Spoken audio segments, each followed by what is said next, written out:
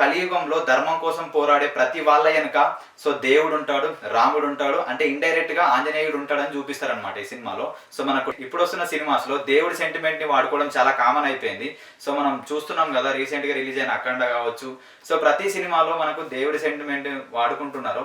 ఇది రాను రాను ఒక వ్యాపారం లాగా తయారవుతుందేమో అనిపిస్తుంది.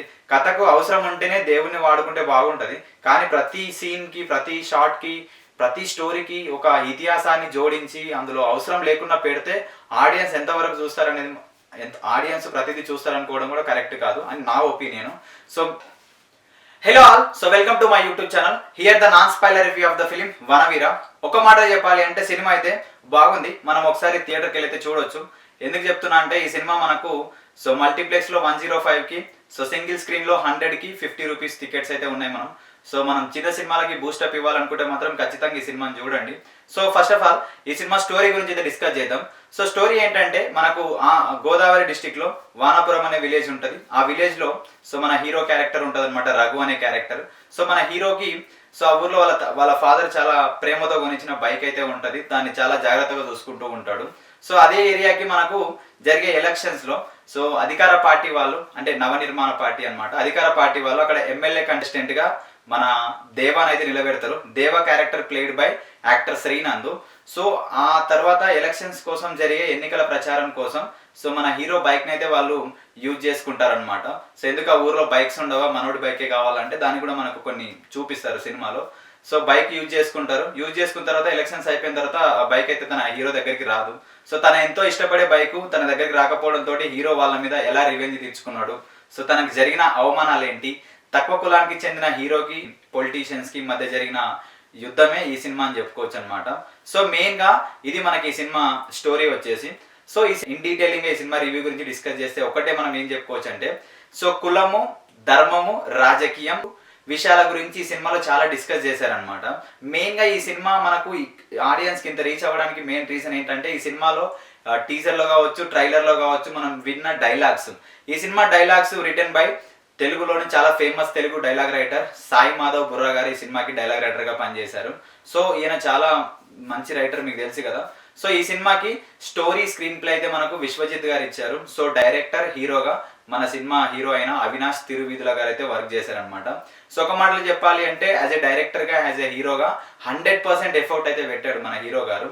సో కొంచెం ఎమోషనల్ సీన్స్ లో తనంత మ్యాచ్ చేయలేకపోయాడు వేరే యాక్టర్స్ తోటి, కానీ తన వరకు అయితే డైరెక్టర్ గా, ఒక ఏఐ క్రియేటర్ గా అండ్ హీరోగా 100% అయితే న్యాయం చేశాడు అనమాట. ఈ సినిమాలో మనకు విఎఫ్ఎక్స్ షాట్స్ కోసము అండ్ కొన్ని గ్రాఫిక్స్ షాట్స్ కోసం అయితే ఏఐని చాలా బాగా యూజ్ చేశారని మనకు రిలీజ్ కంటే ముందు చాలా సోషల్ మీడియా చాలా బజ్ వచ్చింది. 70,000 లోనే విఎఫ్ఎక్స్ కంప్లీట్ చేసామని చెప్పేసి. అంటే ఏఐని యూజ్ చేసుకుని చాలా, అంటే కొన్ని విజువల్స్ చాలా మంచిగా అనిపిస్తాయి. సో ఈ సినిమా మనకు స్టార్టింగ్ లోనే సో రామ రావణ యుద్ధం తర్వాత వానర జాతికి మన ఆంజనేయుడు ఇస్తున్న ఉపదేశం తోటి స్టార్ట్ అవుతుంది ఈ సినిమా. దాని తర్వాత మన హీరో ఎంట్రీ, ఆ ఊర్లో జరిగే చిన్న చిన్న వర్క్స్, హీరో వాళ్ళ గ్యాంగ్ అండ్ హీరో మరదలాగా ఈ సినిమాలో సిమ్రాన్ చౌదరి గారు యాక్టింగ్ చేశారు. ఆమె క్యారెక్టర్కి అంత ప్రాధాన్యత ఏమి ఉండదు, కానీ సో ఆమె ఉన్నందులో చాలా పర్ఫామ్ చేశారనమాట. సో హీరో అంటే చాలా ఇష్టం ఉంటుంది ఆమెకు.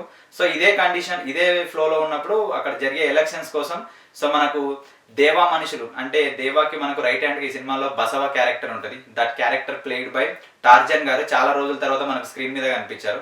సో ఎలక్షన్స్ కోసం తన బైక్ కావాలని అడుగుతాడు, అడిగిన వెంటనే ఇచ్చేస్తాడు మన హీరో, కానీ చాలా భయం ఉంటుంది హీరోకి. సో దాన్ని వాళ్ళు అంతా యూజ్ చేసుకుని మాత్రం వాళ్ళకి ఇవ్వరు. సో దానికోసం మన హీరో వాళ్ళ క్యాంప్ ఆఫీస్ చుట్టూ తిరుగుతూ ఉంటాడు. సో అక్కడ ఛాయ్లు, టీలు ఇస్తూ పనిచేస్తూ తిరిగి ఆఖరికి ఆ పార్టీలో జాయిన్ అవుతాడు.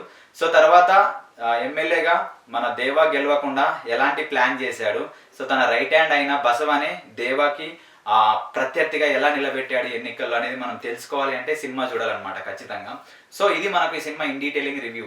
ఎవరెవరు ఎలా చేశారు అంటే ఈ సినిమాకి, సో ఈ సినిమాలో హీరో ఫాదర్ గా చాలా సీనియర్ మోస్ట్ యాక్టర్ శివాజీ రాజా గారు చేశారు.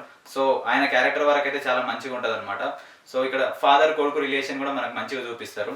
అండ్ హీరోయిన్ మా ఫాదర్ మదర్ గా, అంటే సిమ్రాన్ చౌదరి ఫాదర్ మదర్ గా మనకి ఇక్కడ సీనియర్ యాక్ట్రెస్ ఆమని గారు అండ్ దేవి ప్రసాద్ గారు చేశారనమాట. వాళ్ళ క్యారెక్టర్స్ ని ఎందుకో బలంగా రాసుకోలేదు అనిపిస్తుంది సినిమా చూస్తున్నంతసేపు. కొంతమంది జబర్దస్త్ యాక్టర్స్ కూడా మనకి ఇందులో కనిపిస్తారు.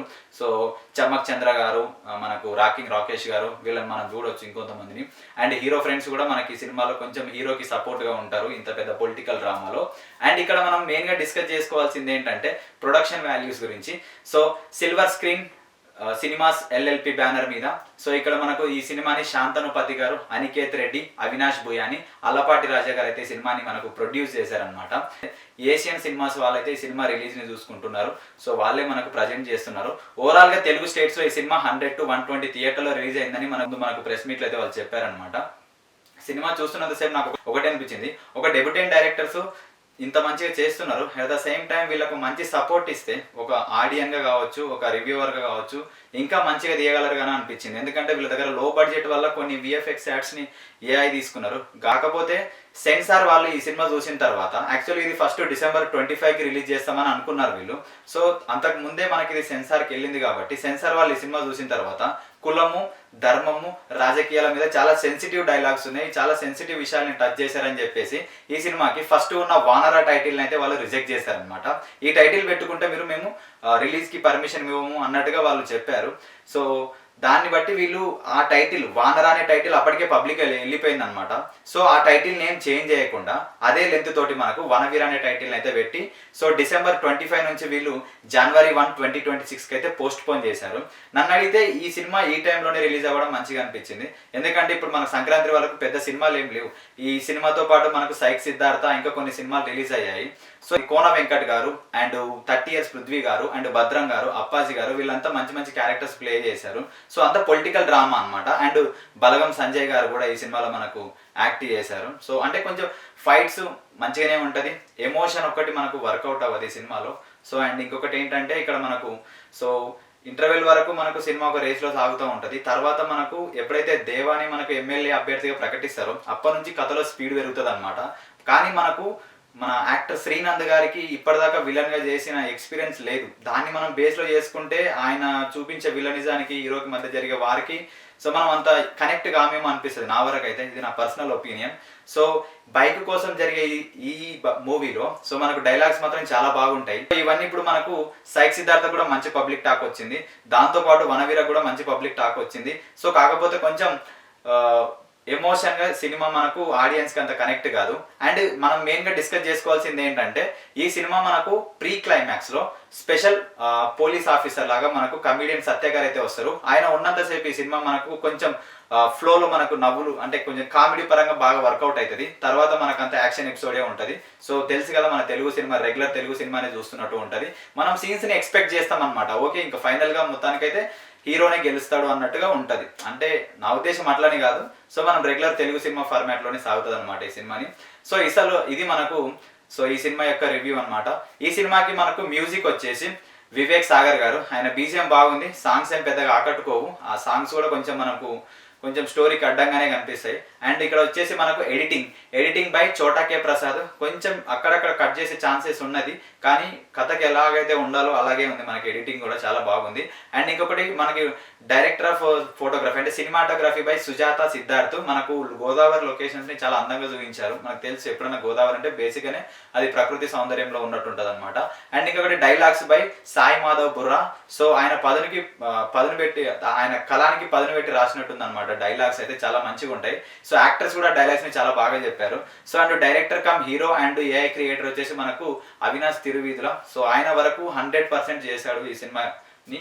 సో ఈ సినిమాకు ఉన్న ప్రాబ్లమ్స్ అంటే ఈ సినిమాని మనకు పబ్లిక్ ఆడియన్స్ ఎంతవరకు ఓన్ చేసుకుంటారు అనేది దాని మీద డిపెండ్ అయి ఉంటుంది. ప్రొడ్యూసర్స్ అయితే చాలా బాగా ఖర్చు పెట్టారు. సో మనకు అక్కడక్కడ కామెడీ వర్కౌట్ అవుతుంది. ఎమోషన్ అనేది కొంచెం మనకి ఈ సినిమాకు ఉన్న నెగిటివ్ అని చెప్పొచ్చు. అదొక్కటి మీరు తీసుకోకపోతే మనకు మంచిగానే ఉంది సినిమా. మనం అయితే చూడొచ్చు, బీజిఎం బాగుంది, అంత బాగుంది. సో మనకు క్లైమాక్స్ ముందు సత్య గారి కామెడీ ఇవన్నీ బాగుంటాయి అనమాట. సో ఇది మనకు total review of this film. So కలియుగంలో ధర్మం కోసం పోరాడే ప్రతి ఒక్కరి తరపున దేవుడు ఉంటాడు, ఆ దేవుడు ఏ రూపంలోనే రావచ్చు అనేది మాత్రం ఈ సినిమాలో చాలా బలంగా చెప్పారు. ఈ సినిమా చూసిన తర్వాత మీకేమనిపించిందో మీ యొక్క ఒపీనియన్ ని కామెంట్ సెక్షన్ లో మెన్షన్ చేయండి. సో ఇలాంటి మంచి రివ్యూస్ కోసం ప్లీజ్ డూ సబ్స్క్రైబ్ మన VG cinema 24 channel. So next మళ్ళీ వేరే వీడియోతో మేము ముందుకు వస్తాను. Thank you.